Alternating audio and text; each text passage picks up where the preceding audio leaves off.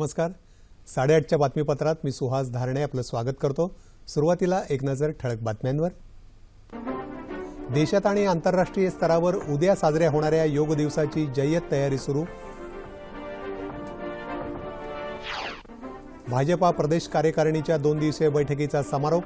राष्ट्रवाद आणि राष्ट्राची सर्वांगीण प्रगती हे भाजपाचं ध्येय असल्याचं नितीन गडकरी यांचं प्रतिपादन.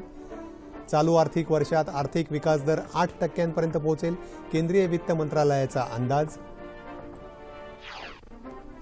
हरारे इथे आज भारत झिम्बाब्वे दरम्यान रंगणार दुसरा T20 क्रिकेट सामना.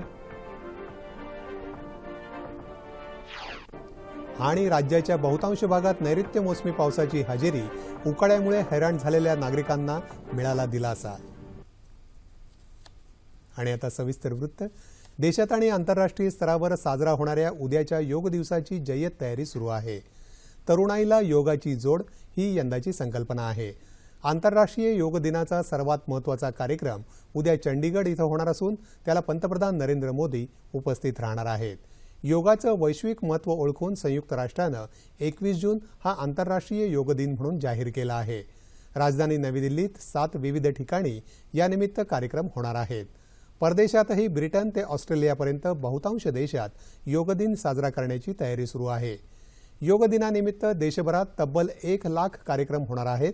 योग दिनाला मिळालेल्या या जागतिक प्रतिसादाची अपेक्षा केली नव्हती असं पंतप्रधान मोदी यांनी म्हटलं आहे.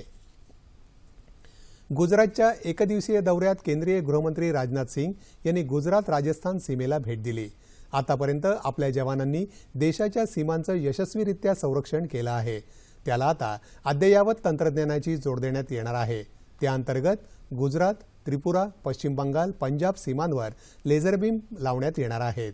या प्रकल्पाला उच्च तंत्रज्ञानासह पायलट योजनेअंतर्गत पूर्ण करण्यात येईल असं राजनाथ सिंग यांनी सांगितलं. गुजरात, पश्चिम बंगाल, पंजाब आणि त्रिपुरात त्याची सुरुवातही झाली असल्याचं ते म्हणाले. गुजरातमधल्या नंदाबेट इथं हम चले हिंदुस्तान चले या कार्यक्रमात ते बोलत होते. राडार हुआ, लेजर हुआ, सेंसर्स हुआ, इन सब सारी चीजों का करके हम जितना मैक्सिमम तकनीक का प्रयोग कर सकते हैं हम अपने बॉर्डर्स को सुरक्षित रखना चाहते हैं और उसके लिए पायलट प्रोजेक्ट्स के रूप में आदेश किए जा चुके हैं गुजरात, पंजाब, वेस्ट बंगाल और त्रिपुरा में. पुण्यात 2 दिवस सुरू असलेल्या भाजपा प्रदेश कार्यकारिणीच्या बैठकीचा काल समारोप झाला. केंद्रीय मंत्री नितीन गडकरी यांनी कार्यकर्त्यांना मार्गदर्शन केलं. राष्ट्रवाद आणि राष्ट्राची सर्वांगीण प्रगती हे आपल्या पक्षाचं ध्येय असून लाखो कार्यकर्त्यांच्या समर्पणातून आपला पक्ष उभा राहिला आहे असं गडकरी यावेळी म्हणाले. अनेक दिवंगत कार्यकर्ते आणि नेत्यांच्या आठवणींना उजाळा देत त्यांनी बघितलेली स्वप्न पूर्ण करण्याची जबाबदारी आपल्या सर्वांची आहे असं गडकरी म्हणाले.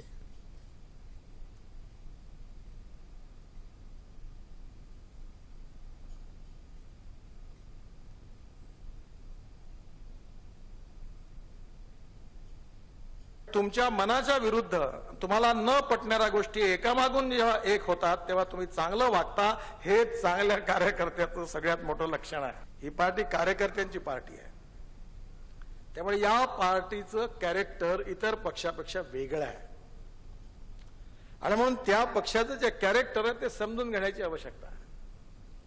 त्यामुळे ही पार्टी कधीच कोणाची नाही झाली आणि म्हणून आपल्या सगळ्या कार्यकर्त्यांना या पार्टीमध्ये सामूहिकरित्या एकमेकाला सहकार्य करून आपसात सौहार्द समन्वय ठेवून आणि आपल्याला उद्दिष्ट ध्येयवाद जो समोर सांगितलं तिथपर्यंत पोहोचणं हे सामान्य कार्यकर्ता म्हणून आपल्याकरता मिशन आहे.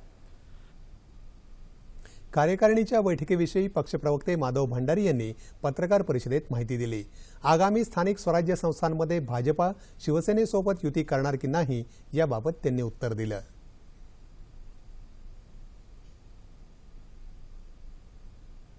आगामी स्थानिक स्वराज्य संस्थांच्या निवडणुकांच्या बाबतीत युती करायची किंवा नाही, कुणाबरोबर आघाडी करायची याबद्दलचा निर्णय स्थानिक पातळीवरतीच घेण्याची भूमिका पक्षाने यापूर्वी अनेक वर्ष ठेवलेली आहे. तीच आत्ताही कायम आहे आणि त्या ठिकाणच्या राजकीय परिस्थितीनुसार हे निर्णय घेण्याचं स्वातंत्र्य आम्ही स्थानिक शाखांना दिलेलं आहे. मात्र त्यातला एक अट ही आहे की काँग्रेस आणि राष्ट्रवादी काँग्रेस बरोबर कुठल्याही प्रकारचं गठबंधन होणार नाही. वर्ष 2013 मध्ये 22 डिसेंबरला महागर्जना सभेत जशी एकजूट आपण दाखवली तशीच ती आगामी स्थानिक निवडणुकांमध्ये दाखवा, असं मुख्यमंत्री देवेंद्र फडणवीस यांनी यावेळी सांगितलं. स्थानिक स्वराज्य संस्थांच्या आगामी निवडणुकांमध्ये भाजपाबरोबरची युती तोडण्याची आमची इच्छा नाही, पण स्वाभिमान विकून लाचारी पत्करून युती होणार नाही. त्यामुळे या निवडणुका स्वबळावर लढण्यासाठी तयार राहा, असं आवाहन शिवसेना पक्षप्रमुख उद्धव ठाकरे यांनी कार्यकर्त्यांना केलं. शिवसेनेच्या स्थापनेला 50 वर्ष पूर्ण झाल्याच्या निमित्तानं काल मुंबईत आयोजित करण्यात आलेल्या एका भव्य कार्यक्रमात ते बोलत होते. आजवर शिवसेना संपवण्याचे अनेक प्रयत्न झाले, पण ते सगळे पचवून शिवसेना आजही ताठमानेनं उभी आहे, असं उद्धव ठाकरे म्हणाले.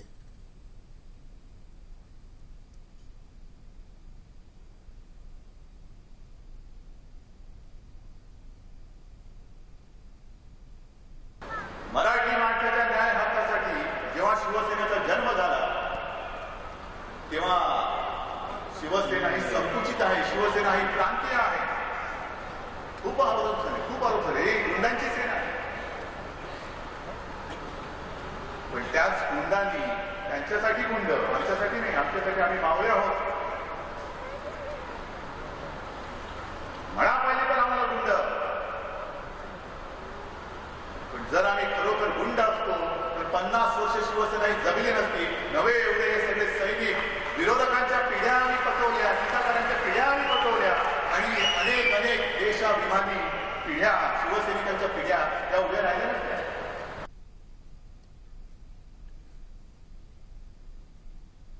समान नागरी कायदा, राम मंदिराची पुनरुभारणी या मुद्द्यांचं काय झालं त्याचं उत्तर भाजपानं द्यावं. आजही चीनकडून घुसखोरी सुरूच आहे आणि पाकिस्तानच्या दहशतवादी कारवायाही चालू आहेत. अशा परिस्थितीमध्ये शिवसैनिकांवर फार मोठी जबाबदारी आहे, असं ते म्हणाले. मराठवाड्यात शिवजलक्रांतीच्या माध्यमातून झालेल्या विधायक कामाचा त्यांनी गौरव केला. मुंबईप्रमाणेच राज्यभरातही शिवसेना स्थापनेच्या सुवर्णमहोत्सवानिमित्त अनेक कार्यक्रम आयोजित करण्यात आले होते.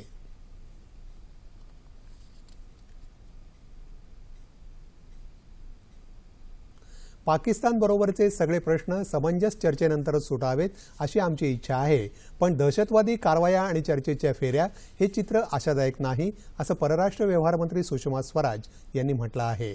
केंद्र सरकारला 2 वर्ष झाल्याच्या निमित्तानं नवी दिल्लीत आयोजित एका पत्रकार परिषदेत त्या काल बोलत होत्या.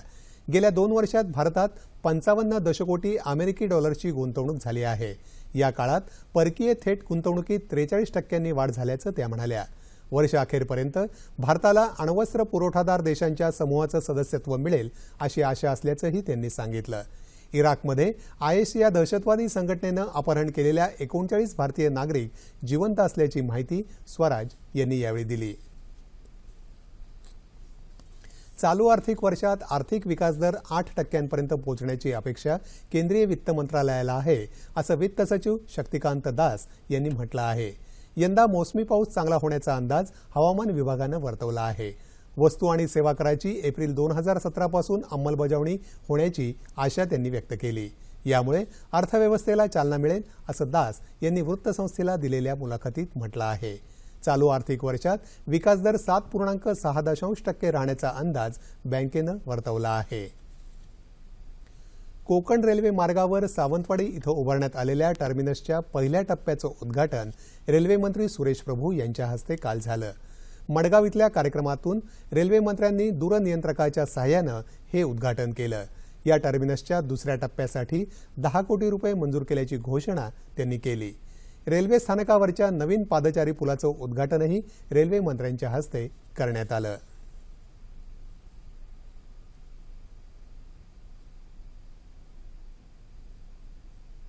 राज्यातल्या व्याख्यानमाला या देशाला दिशा देणाऱ्या असून तीच आपल्या देशाची खरी ओळख आहे, असं मत राष्ट्रीय स्वयंसेवक संघाचे अखिल भारतीय प्रचार प्रमुख मनमोहन वैद्य यांनी लातूरमध्ये व्यक्त केलं. महाराष्ट्र सार्वजनिक व्याख्यानमाला समितीच्या 23व्या वार्षिक अधिवेशनाचा समारोप करताना ते बोलत होते. अध्यात्म ही भारताची खरी ओळख. जग आज ज्या मनःशांतीच्या शोधात आहे ती मनःशांती भारतच देऊ शकतो. समाजाचा पुरुषार्थ जागवून लोकांना विवेकी करणाऱ्या विषयांची निवड व्याख्यानमालांमध्ये केली तर समाज घडवण्याच्या कामी त्याचा चांगला उपयोग होईल, असं त्यांनी सांगितलं. या कार्यक्रमात अनेक मान्यवरांनी आपले विचार व्यक्त केले. खेडी म्हटलं की रस्त्याकडेचे वाहते किंवा तुंबलेले नाले, त्यावर घोंगावणारे डास हे नेहमीचंच चित्र. खरं तर डासांच्या समस्येनं गाव काय किंवा शहर काय सगळेच बेजार आहेत. नांदेड जिल्हा परिषदेने मात्र अत्यंत साध्या, सोप्या आणि कमी खर्चात हा डास समस्येचा चक्रव्यूह भेदला आहे. नांदेड जिल्ह्यातली 200 गावं डासमुक्त झाली असून यामुळे भूगर्भातली पाण्याची पातळी देखील वाढली आहे. प्रत्येक घरातलं सांडपाणी जे गटारामध्ये किंवा घराच्या बाहेर नाल्यामध्ये सोडलं जातं ते बंद करून प्रत्येक घराच्या बाहेर 4 फूट खोल, 4 फूट रुंद आणि 4 फूट लांब असा खड्डा तयार करून व्यवस्थित बांधून या शोषखड्ड्याद्वारे जमिनीत ते मुरवलं जातं. सांडपाणी नीट मार्गी लावल्यानं डासांची निर्मितीच रोखली जाते. त्याचबरोबर गेल्या 2-3 वर्षांपासून व्यवस्थित पाऊस नसल्यामुळे पाण्यासाठी बेजार झालेल्या आणि शोषखड्ड्याच्या योजनेत अग्रेसर असणाऱ्या 6 गावात पाण्याचे टँकर बंद झाले. विहिरी, बोरवेल, हातपंप पुन्हा जागृत झाले. हे या योजनेचं मोठं यश असून यासाठी फक्त 2000 रुपये खर्च येतो आणि तोही सरकार मनरेगाच्या माध्यमातून उपलब्ध करून देतं. हे विशेष. याचा खर्च देखील आपला विश्वास बसणार नाही, फार थोडा आहे. 2000 रुपयात आम्ही जवळपास 200 गावं डासमुक्त केलेली आहेत. तर दुष्काळमुक्ती देखील साधली जात आहे. आज नांदेड जिल्ह्यातील 6 गावं टँकर मुक्त किंवा विहीर अधिग्रहण मुक्त झालेली आहेत, ते देखील या तीव्र दुष्काळामध्ये. आतापर्यंत या छोट्याशाच दिसणाऱ्या मात्र फलदायी योजनेला पाहण्यासाठी, अनुभवण्यासाठी राष्ट्रीय आणि आंतरराष्ट्रीय स्तरावरील माध्यमांचे प्रतिनिधी, युनिसेफचे प्रतिनिधी, आंध्र प्रदेश, कर्नाटक, पंजाब इत्यादींसह अनेक राज्यांचे लोकप्रतिनिधी, वरिष्ठ अधिकाऱ्यांची शिष्टमंडळ, केंद्रीय स्तरावरील आरोग्य, ग्रामीण विकास विभागाचे वरिष्ठ अधिकारी, केंद्रीय आरोग्य मंत्री यांच्यासह अनेकांनी याची नोंद घेऊन माहिती घेतली आहे. आता लवकरच ही पथदर्शी योजना राज्यासह देशभरात अंगीकारली जावी ही अपेक्षा. क्रिकेट 3 सामन्यांच्या मालिकेतला भारत आणि झिम्बाब्वे दरम्यानचा दुसरा T20चा क्रिकेट सामना आज हरारे इथे होत आहे. पहिल्या सामन्यात यजमान संघाकडून भारताला 2 धावांनी पराभव पत्करावा लागला. त्यामुळे मालिकेत बरोबरी साधण्यासाठी भारताला आजचा सामना जिंकणं महत्त्वाचं आहे.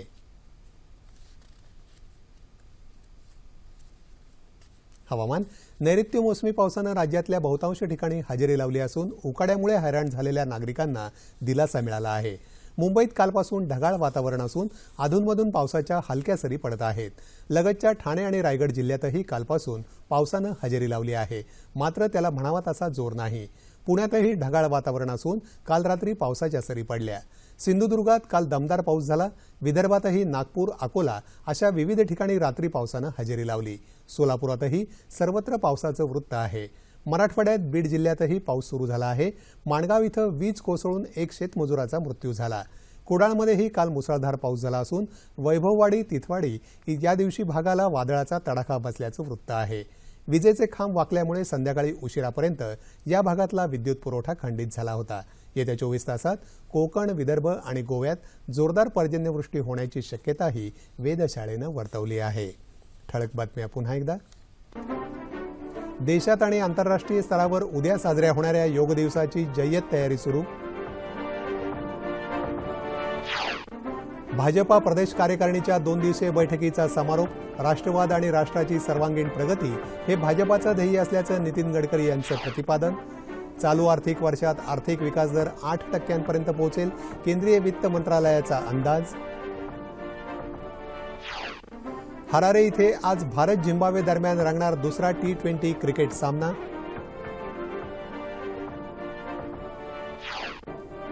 आणि राज्याच्या बहुतांश भागात नैऋत्य मोसमी पावसाची हजेरी. उकाड्यामुळे हैराण झालेल्या नागरिकांना मिळाला दिलासा. याबरोबरच हे बातमीपत्र संपलं. पुन्हा भेटूयात दुपारी 2:30 वाजता सह्याद्री वाहिनीवर. नमस्कार.